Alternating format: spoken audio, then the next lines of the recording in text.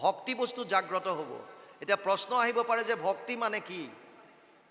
ভক্তি মানে নাৰদে কৈছে ভক্তি প্ৰেম স্বৰূপা।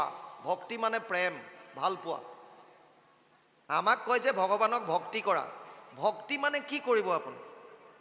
এটা প্ৰাৰ্থনা, গুৰু গৃহত সোমাই চাকি বন্তি জ্বলাই প্ৰাৰ্থনা এটা গোৱাটোৱে ভক্তি নে কি? ভাল পোৱা, প্ৰেম। প্ৰেম কৰিব লাগিব কাক? সমস্ত জীৱত ব্যাপী আছো মই হৰি, সমস্ত ভূতত মই ব্যাপন হৈ আছো। সমস্ত জীৱক তুমি ভাল পাবলৈ শিকা। অদ্বেষ্টা সৰ্বভূতানাম মৈত্ৰ করুণ এবচ নির্মম নিরহংকার সম দুঃখ সুখ ক্ষমী সন্তুষ্ট সততাম যোগী হততাম দৃঢ় নিশ্চয় ময়ো অর্পিত মনোবুদ্ধির মামে যোমদ ভক্তা সমে প্রিয়।